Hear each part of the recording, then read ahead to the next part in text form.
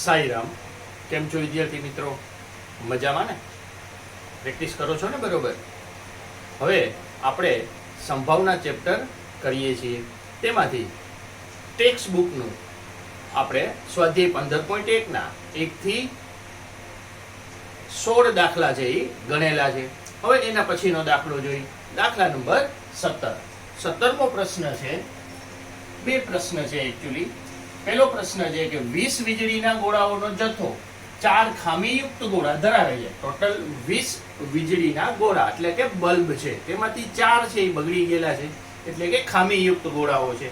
આ જથ્થામાંથી એક ગોળો યાદચ્છિક રીતે કાઢવામાં આવે તો ગોળો ખામીયુક્ત હોય તેની સંભાવના કેટલી?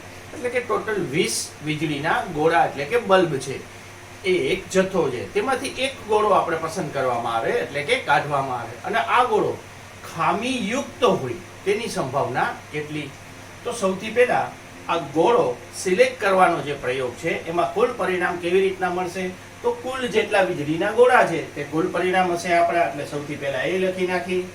જવાબ નંબર 1, કુલ વીજળીના ગોળા કેટલા છે? 20. તેમાંથી ખામીયુક્ત ગોળા ઈ આપેલા છે 4. તેથી ખામી રહિત ગોળા બરાબર 20 ઓછા 4. 20 માંથી 4 ખામીયુક્ત છે, 4 બાદ કરી નાખી એટલે 16 ગોળા ખામી રહિત ગોળા છે. હવે ગોળો કાઢવાના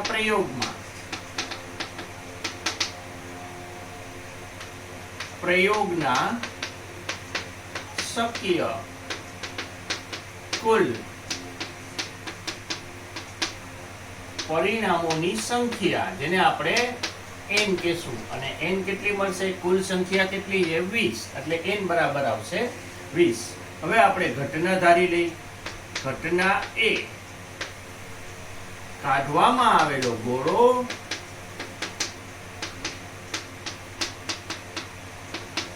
કેવો છે? આપણે કેની સંભાવના શોધવાની છે? ખામીયુક્ત હોય તેની સંભાવના કેટલી? એટલે કાઢવામાં આવેલ ગોળો ખામીયુક્ત હોય, આ ઘટના છે. હવે ખામીયુક્ત ગોળાની સંખ્યા છે એ ઘટના એ ના પરિણામ થશે. ખામીયુક્ત ગોળાની સંખ્યા કેટલી છે? ખામીયુક્ત ગોળાની સંખ્યા છે 4. તેથી આપણે લખી શકીએ કે ઘટના એ થવાના શક્ય પરિણામોની સંખ્યા, જેને આપણે કહેશું m. અને ખામીયુક્ત ગોળા છે, જો આપણે ખામીયુક્ત ગોળા હોય તેની સંભાવના શોધવાની છે. એટલે ખામીયુક્ત ગોળાની સંખ્યા 4 છે, એટલે m બરાબર 4. એટલે કે ઘટના એ થવાના શક્ય પરિણામોની સંખ્યા આવશે 4. હવે સંભાવના બરાબર m ના છેદમાં n. m આવશે અંશમાં, એટલે કે 4 આવશે અંશમાં, અને કુલ ગોળાની સંખ્યા n. n આવશે છેદમાં, છેદ ઉડી જશે 1 ના છેદમાં 5. માટે p of a બરાબર 1 ના છેદમાં 5. આ આવી આપણી પહેલા પ્રશ્નની સંભાવના. પહેલો જવાબ આપેલો જવાબ છે. હવે પ્રશ્ન નંબર 2. બીજો પ્રશ્ન છે કે ધારો કે એકમાંથી કાઢવામાં આવેલ ગોળો, એટલે કે આ પહેલો પ્રયોગ છે, તેમાંથી કાઢવામાં આવેલ ગોળો ખામીયુક્ત નથી અને પાછો પણ મૂકવામાં આવતો નથી. એનો મતલબ કે 20 ગોળા છે. પહેલા પ્રયોગમાં આપણે શું કર્યું કે 20 ગોળા છે, તેમાંથી એક ગોળો આપણે સિલેક્ટ કર્યો. એ ગોળો છે એ પાછો નથી મૂકવાનો જથ્થામાં. એનો મતલબ એક ગોળો ઓછો થઈ જાય. એટલે હવે જે બીજો પ્રયોગ છે તેમાં પ્રયોગના કુલ પરિણામની સંખ્યા 1 ઓછી થઈ જશે. પહેલા 20 ગોળા હતા, એટલે હવે ગોળાઓની સંખ્યા કેટલી થઈ જશે? 19. તો સૌથી પહેલા એ લખી નાખી. જવાબ નંબર 2.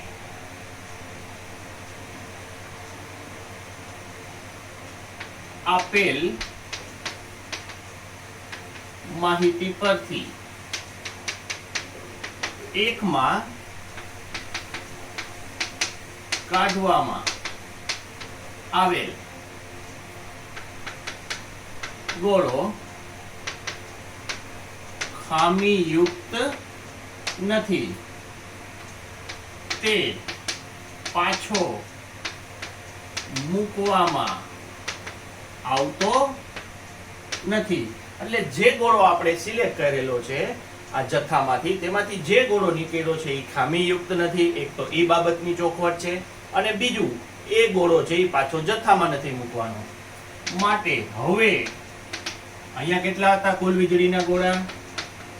કુલ વીજળીના ગોળા અહીંયા 20 હતા. અહીંયા કેટલા થશે? 20 - 1 બરાબર 19. હવે 19 માંથી ખામીયુક્ત કેટલા અને ખામી રહિત કેટલા એ ચોખવટ કરી નાખી. તેમાંથી ખામીયુક્ત ગોળા, હવે જે ગોળો આપણે બહાર કાઢ્યો છે તે ગોળો ખામીયુક્ત નથી. મતલબ કે ખામીયુક્ત ગોળો છે એ હજી જથ્થામાં જ છે. ખામીયુક્ત ગોળા કેટલા હતા? 4.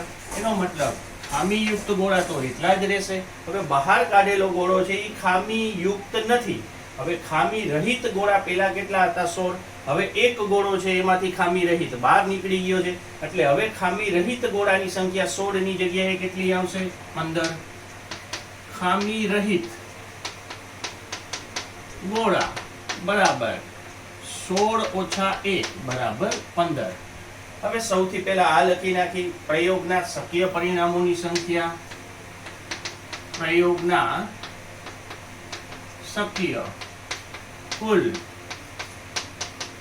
પરિણામોની સંખ્યા n બરાબર કેટલા આવશે?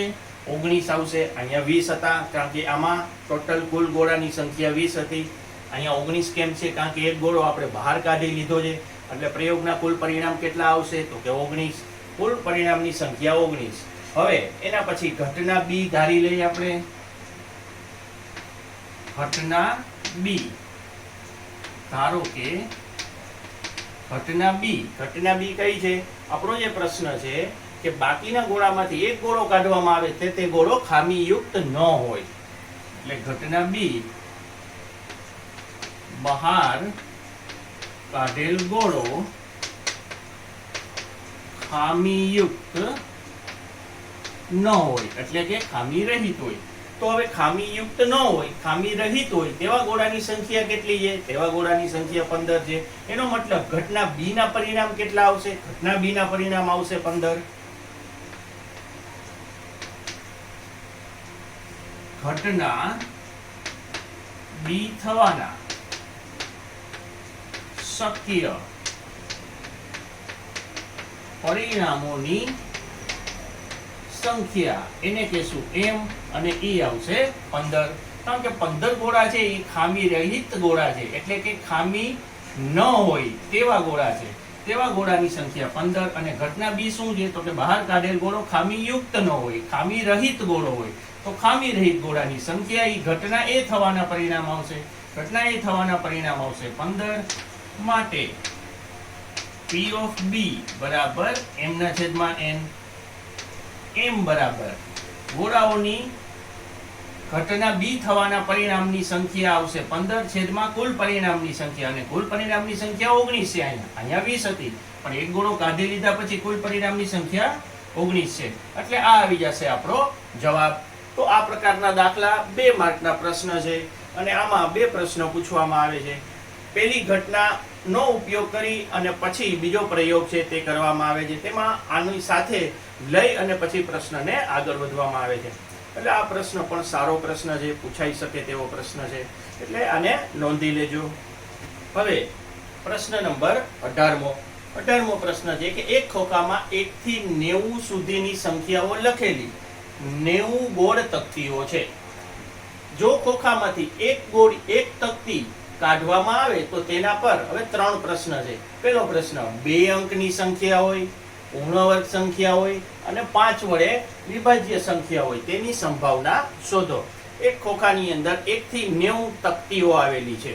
તેના પર પહેલી તકતી પર 1, બીજી પર 2, ત્રીજી પર 3, એવું કુલ 90 તકતીઓ 90 સુધી લખેલી તકતીઓ આવેલી છે. હવે તેમાંથી યાદચ્છિક રીતે એક તકતી સિલેક્ટ કરવામાં આવે છે, પસંદ કરવામાં આવે છે, અને તે બહાર કાઢેલી જે તકતી છે તેના પર કયો અંક આવે તેની સંભાવના શોધવાની છે. તો સૌથી પહેલો પ્રશ્ન છે કે બહાર કાઢેલી જે તકતી છે તેના પર 2 અંકની સંખ્યા હોય, તેના પર પૂર્ણ વર્ગ સંખ્યાઓ આવે અને તેના પર 5 વડે વિભાજ્ય હોય તેવી સંખ્યાઓ આવે, તેની સંભાવના શોધવાની છે. તો સૌથી પહેલા પ્રયોગના કુલ પરિણામ લખવાના હોય છે. તો અહીં કુલ 1 થી 90 સુધીની 90 ગોળ તકતીઓ છે, માટે પ્રયોગના કુલ પરિણામોની સંખ્યા થશે 90. તો સૌથી પહેલા એ લખી નાખીએ.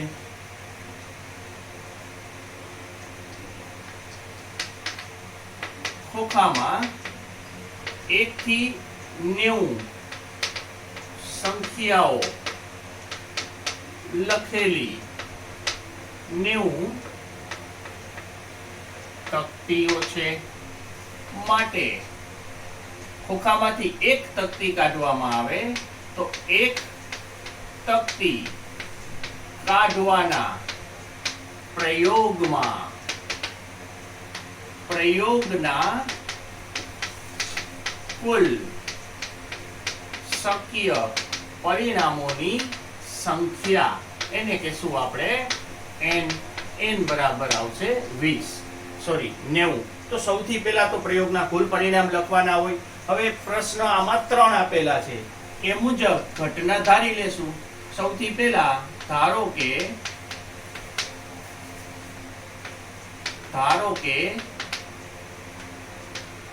ઘટના એ, પેલી ઘટના કઈ ધારશું કે બહાર કાઢેલી જે તકતી છે, કાઢવામાં આવેલી તકતી છે, તકતી પર 2 અંકની સંખ્યા હોય, તકતી પર 2 અંકની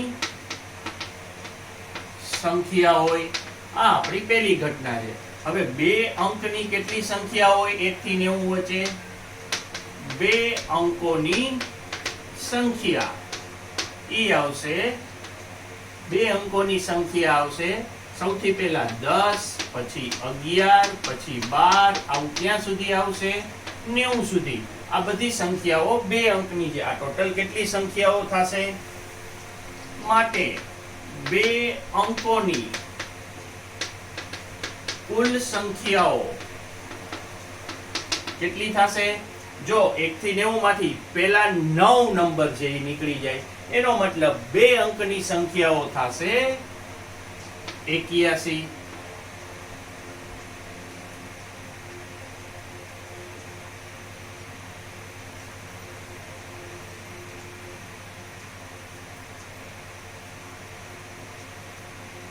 તેથી આપણી જે ઘટના એ છે, ઘટના એ થવાના શક્ય પરિણામોની સંખ્યા, જેને આપણે કહીશું m, અને m બરાબર કેટલા મળશે? 81. કેમ કે આપણે ઘટના એ માટે 2 અંકની સંખ્યા નીકળે તેવી સંખ્યાઓનો જથ્થો લેવાનો છે.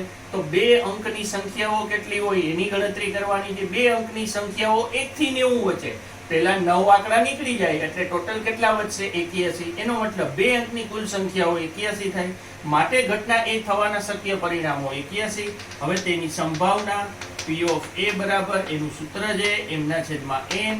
m એટલે 81 છે, અંશમાં 81 આવશે, અને n એટલે 90 છે, છેદમાં આવશે 90. હવે આમાં છેદ ઉડે તો છેદ ઉડાડવો પડશે. આનો 9 વડે છેદ ઉડશે, 90 81 અને 10 9 90. માટે ઘટના એ થવાની સંભાવના 9/10 થશે. આને તમે 0.9 તરીકે પણ લખી શકો છો.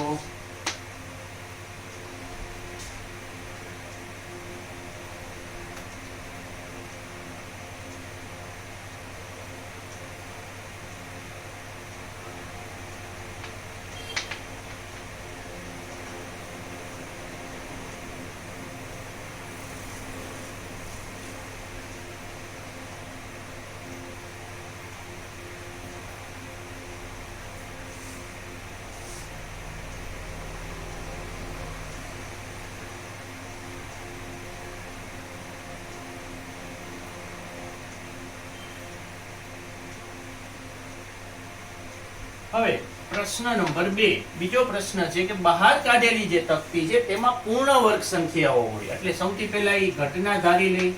ધારો કે ઘટના B, અહીંયા ઘટના A લખી હતી, તકતી પર 2 અંકની સંખ્યા હોય. હવે ઘટના B, તકતી પર પૂર્ણ વર્ગ સંખ્યા હોય. આ ઘટના બી છે આપણી કે બહાર કાઢેલી જે તકતી છે તેમાં પૂર્ણ વર્ગ સંખ્યા હોય અને પૂર્ણ વર્ગ સંખ્યા આપણે 1 થી 90 વચ્ચેની લેવાની છે. તો પૂર્ણ વર્ગ સંખ્યાઓ કઈ આવશે? પૂર્ણ વર્ગ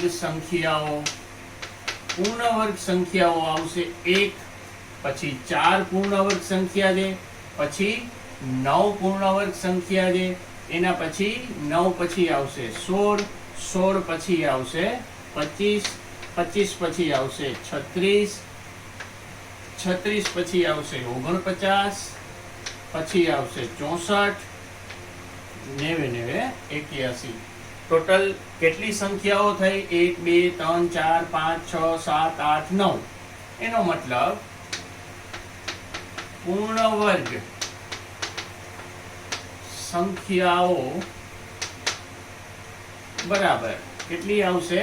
9. 9 પૂર્ણ વર્ગ સંખ્યાઓ છે. એનો મતલબ ઘટના બી થવાના પરિણામ, ઘટના બી થવાના શક્ય પરિણામોની સંખ્યા, એને કહેશું આપણે m, અને એ આવશે 9. હવે તેની સંભાવના માટે ઘટના બી થવાની સંભાવના P of B બરાબર સૂત્ર છે m ના છેદમાં n. m એટલે મૂકી દઈએ આપણે 9, સોરી, અને છેદમાં n. n બરાબર કેટલા છે? 90. હવે આનો છેદ ઉડાડી દઈ 1 ના છેદમાં 10. માટે ઘટના બી થવાની સંભાવના આવશે 1 ના છેદમાં 10. આ આવ્યો બીજો જવાબ. હવે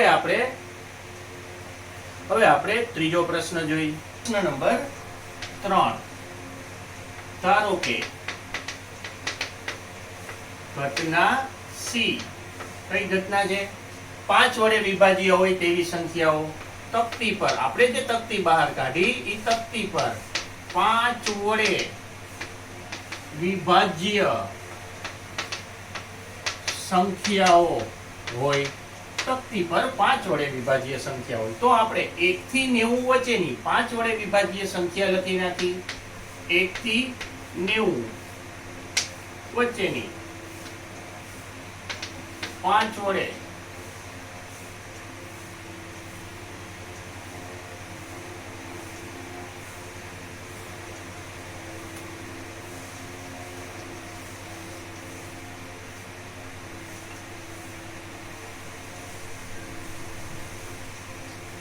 એક થી 90 સુધીની 5 વડે વિભાજ્ય સંખ્યાઓ, 5 થી ભાગી શકાય તેવી સંખ્યાઓ. તો એ આવશે, એક તો 5 આવે, પછી 10 આવે, પછી 15 આવે, 5 નો પાડો આવશે, પછી છેલ્લી સંખ્યા આવશે 90, કારણ કે 90 ને 5 વડે ભાગી શકાય. હવે આ કેટલી સંખ્યાઓ હશે? તો 1 થી 90 સુધીની 5 વડે વિભાજ્ય કુલ સંખ્યાઓ કેવી રીતના મળશે? તો 90 અને 5 નો ભાગાકાર કરો, 90 ભાગ્યા 5 કરો, 18 50 90 થશે. માટે કુલ સંખ્યાઓ આવશે 18. એનો મતલબ આવી 18 સંખ્યાઓ છે 1 થી 90 સુધીની. 18 સંખ્યાઓ એવી છે જેને 5 વડે ભાગી શકાય. તેથી આપણી ઘટના સી થવાના પરિણામોની સંખ્યા થશે 18. માટે ઘટના સી થવાના શક્ય પરિણામોની સંખ્યા,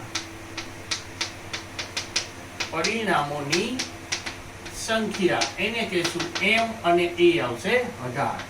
માટે ઘટના સી ની સંભાવના P of C બરાબર m ના છેદમાં n.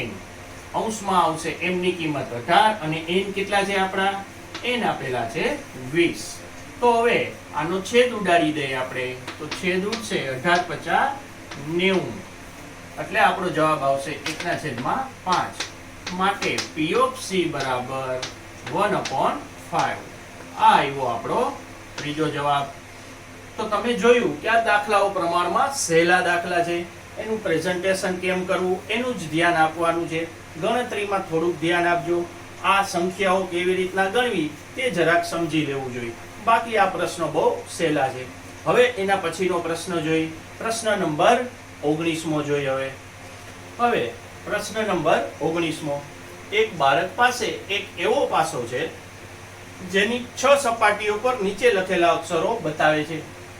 એટલે કે પાસાની અંદર 6 સપાટી હોય, તો પાસાની જે 6 સપાટીઓ છે તેમાં પહેલી સપાટી પર A લખેલો છે, બીજી સપાટી પર B, ત્રીજી પર C, ચોથી પર D અને પાંચમી પર E અને છઠ્ઠી પર પાછો A લખેલો છે. આટલી 6 સપાટીઓ આવેલી છે. હવે પાસાને ફેંકવામાં આવે, ઉછાળવામાં આવે તો પાસા પર A મળે તેની સંભાવના કેટલી, અને બીજો પ્રશ્ન છે કે D મળે તેની સંભાવનાઓ કેટલી. હવે પાસાની 6 સપાટી હોવાથી પ્રયોગના કુલ પરિણામની સંખ્યા કેટલી થશે? કુલ પરિણામની સંખ્યા થશે 6. તો સૌથી પહેલા આના જવાબમાં પાસા પર કુલ 6 સપાટીઓ હોવાથી પાસો ઉછાળવાના પ્રયોગમાં કુલ શક્ય પરિણામોની સંખ્યા, એને આપણે કહી છીએ n, અને n મળશે આપણને 6. સૌથી પહેલા આ લખી નાખવાનું છે કે પ્રયોગના કુલ કેટલા પરિણામ છે? કુલ પરિણામ છે 6. હવે આપણો પ્રશ્ન નંબર 1. હવે એ ઘટના ધારી લેશું.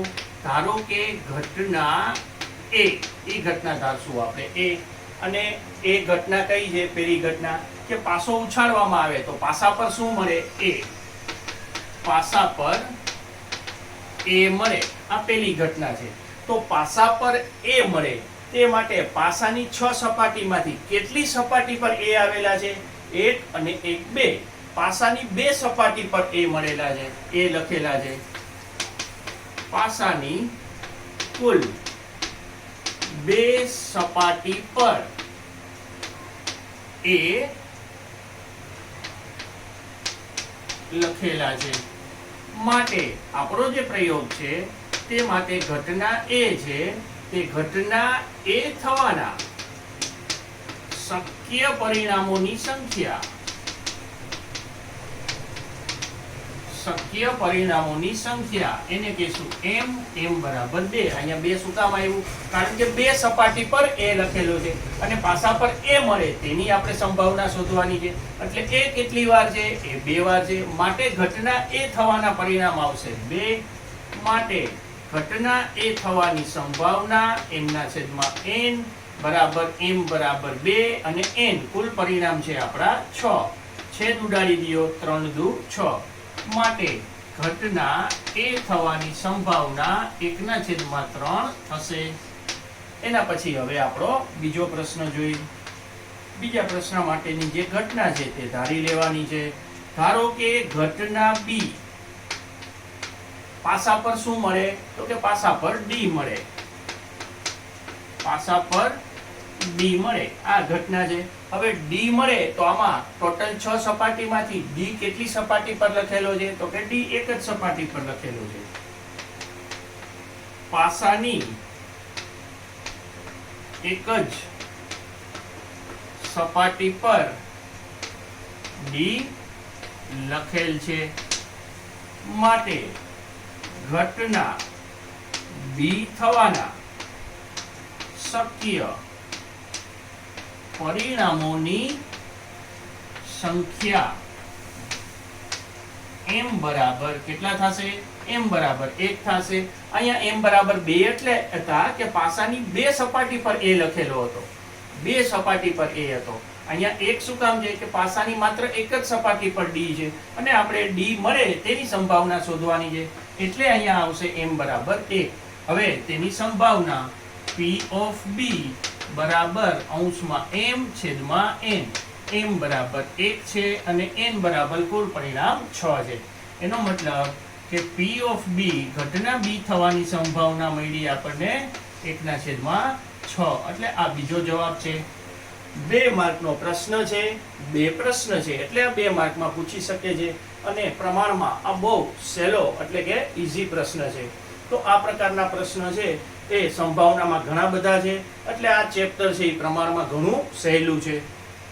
હવે આપણે પ્રશ્ન નંબર 20 જોઈએ. આ એક વિશિષ્ટ પ્રશ્ન છે અને આવો જ પ્રશ્ન ટેક્સ્ટ બુકમાં જૂની ત્યારે આની પહેલાનો જે સિલેબસ હતો તે ટેક્સ્ટ બુકમાં આવો પ્રશ્ન નહોતો, પણ આ પ્રકારનો પ્રશ્ન જે બોર્ડમાં માર્ચ 2019માં પૂછાયેલો હતો અને ઘણા વિદ્યાર્થીઓએ આ પ્રશ્ન સોલ્વ કરેલો હતો અને આ પ્રકારના આપણે એક્સ્ટ્રા દાખલાની પ્રેક્ટિસ કરેલી, તેના આધારે તે લોકોએ આરામથી એટલે કે ઇઝીલી આ પ્રશ્ન સોલ્વ કરેલો હતો, એ પણ બોર્ડના પેપરમાં. એટલે આ પ્રકારના જે આપણે એક્સ્ટ્રા દાખલા ગણીએ છીએ તેમાંથી ઘણી બધી વખત એવા પ્રકારના પ્રશ્નો પણ બોર્ડમાં પૂછાઈ શકે છે. આ તો ટેક્સ્ટ બુકનો પ્રશ્ન છે અને પ્રશ્ન નંબર છે 20. આ એક વિશિષ્ટ પ્રશ્ન છે.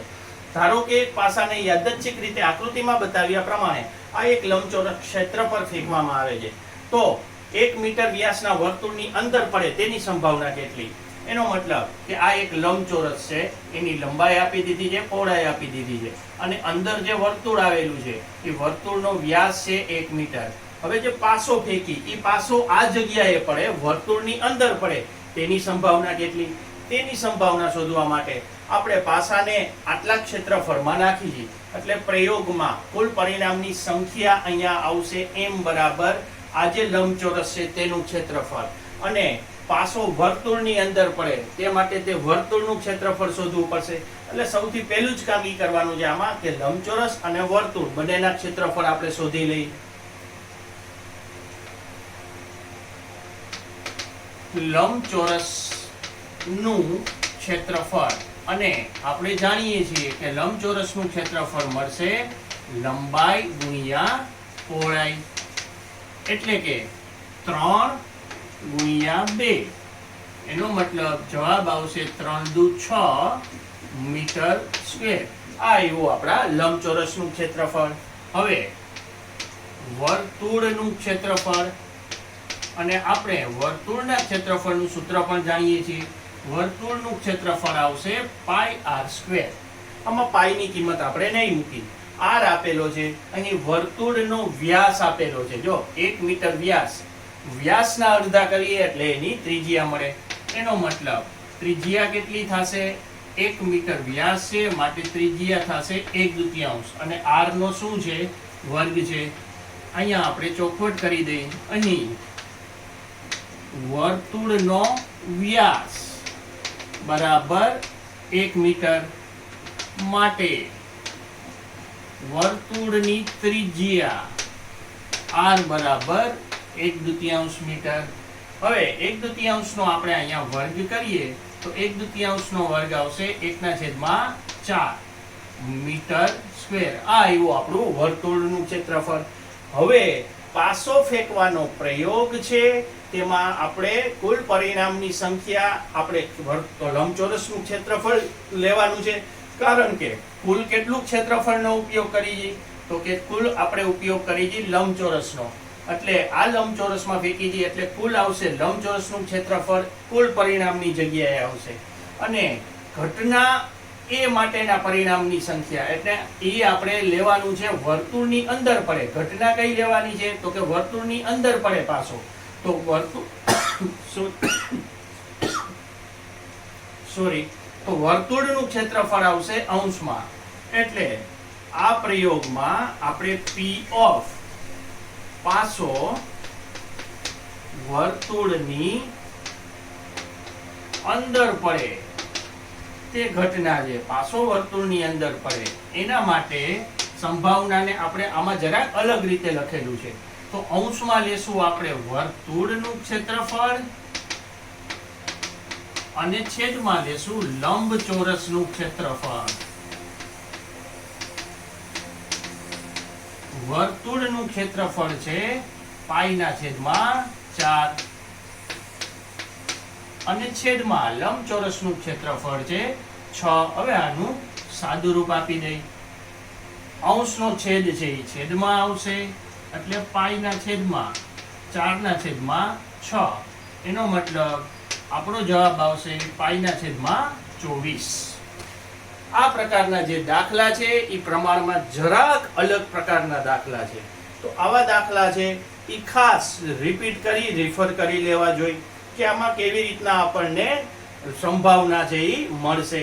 તો આમાં જેટલો આખો વિસ્તાર આપેલો છે એ આખો વિસ્તાર છે એ કુલ આવશે, કુલ પરિણામોની સંખ્યા જ્યાં આપણે લખી દી એ જે આખો વિસ્તાર છે એનું ક્ષેત્રફળ આવશે, અને અંશમાં આપણે લખી દી ઘટના એ થવાના પરિણામોની સંખ્યા, એટલે કે ઘટનાની પરિણામોની સંખ્યા. અહીં વર્તુળની અંદર પડે એની સંભાવના શોધવાની છે, તો વર્તુળનું ક્ષેત્રફળ લેવાનું છે અંશમાં અને લંબચોરસનું ક્ષેત્રફળ લેવાનું છે છેદમાં. આ દાખલો નાનો છે પણ 3 માર્કમાં પૂછાણો હતો, એટલે આ પ્રકારના જે પ્રશ્ન છે એ ખાસ રિફર કરી લેજો, અને તમે હોમવર્કની અંદર આ બધા દાખલા છે એ રિપીટ કરજો, વારંવાર પ્રેક્ટિસ કરજો. આમાંથી એક પણ માર્ક આપણે જવા દેવાનો નથી, તો વારંવાર હોમવર્કની અંદર જે ઉદાહરણ ગઈકાલે આપેલા તે ઉદાહરણ છે તેનાથી થોડાક આગળ આજે બીજા ઉદાહરણ આપું છું હોમવર્કમાં.